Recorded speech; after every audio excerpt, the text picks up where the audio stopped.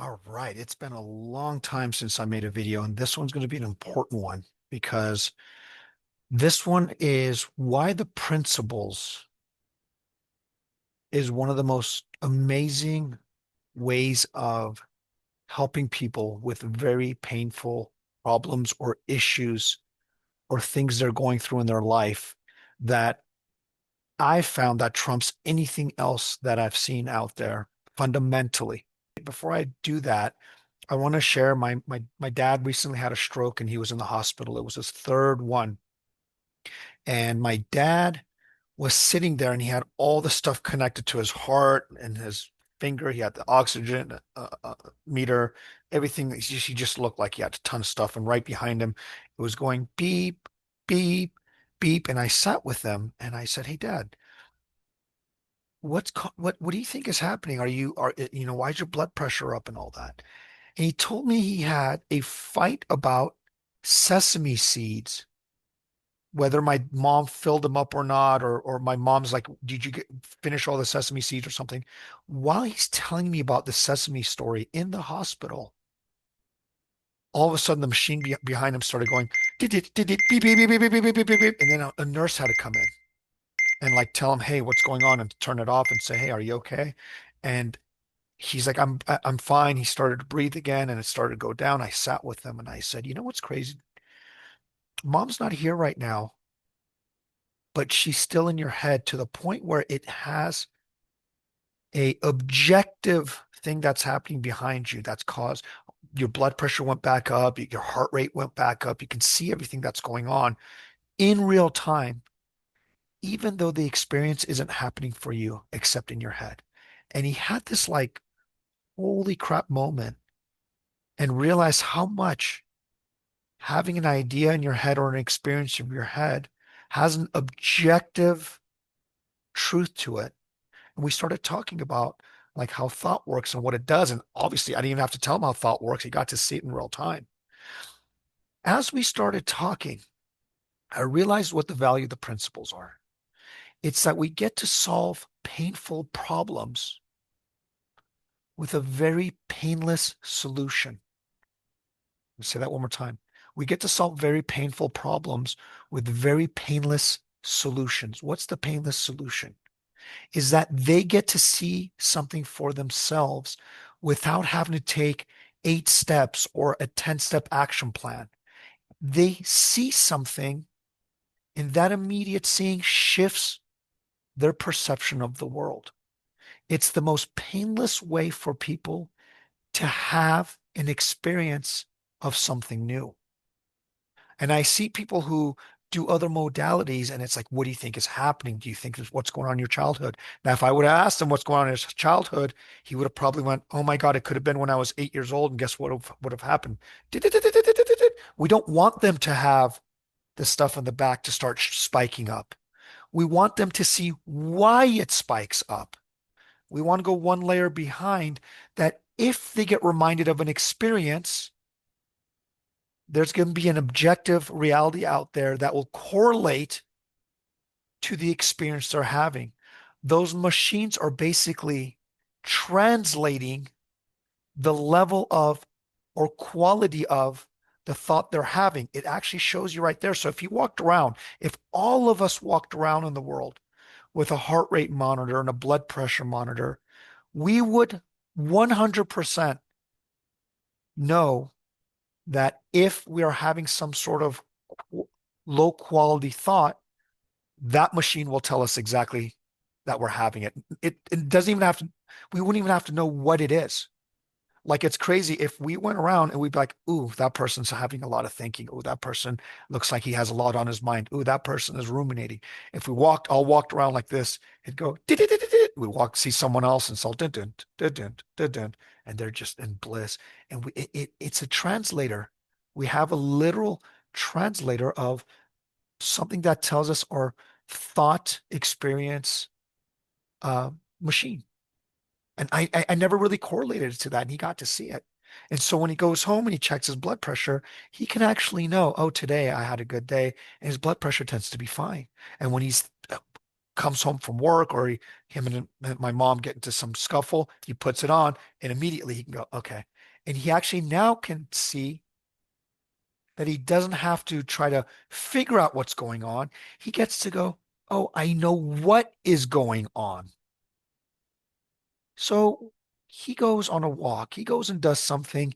He now kind of knows that it'll eventually go away. Not, she did it again. Why is this happening? It's always her fault, which does what? Keeps that up until you get a freaking stroke. The doctor said that the stroke was because of a prolonged stress exposure, that whatever experience he had about the sesame seed, well, he came to work that day and he was so pissed and it made him have a bad day at work. And literally, while he was at my restaurant, his eyes rolled back and he just went to go stumble and my employee caught him. Thank goodness. So I want you to, this is a really, really important thing. When we share the principles, we're giving them a painless solution because they don't have to do anything to try to get to another place. They just have to see what every place looks like and what it does. Not try to get some, see, a lot of other modalities tries to get you to another place. Visualization, reframing, pre-framing, all these ways of like breathing techniques and all these things. Now, breathing techniques, reframing, pre-framing, all those modalities look like they're working and they may or may not work. And the reason they work is not because it's attributed to breathing, it's that we are now focusing on something else. We're going in a different direction than that place. So yes, when my dad was in the hospital and I said, "Hey, take a minute, breathe." Well, what do you think you're doing? If this is sesame seed oil or sesame seeds, and he's over here and he's thinking about breathing, well, he's not thinking about sesame seeds. But no one tells him that. So when he's breathing and his heart rate goes down, he will always attribute it to breathing. But I want him to see that the minute he is aware of what's happening, a lot of times that's a great first step to go, oh, I know what is happening. It's really good to know that your house is burning than going, why is my house burning? It's better to know, oh, my house burned. Let me get out first. Or let me be aware of the first step. Because the minute you're out of your house, you're in safety. The minute you're out of your headspace and going, oh, I know what's happening, it's your first step to be like, okay, I'm not in a burning building. A lot of the times what will happen is you realize there's a lot less burning buildings than we are looking out in the world. That's what ends up happening, is that not everything looks like a fire.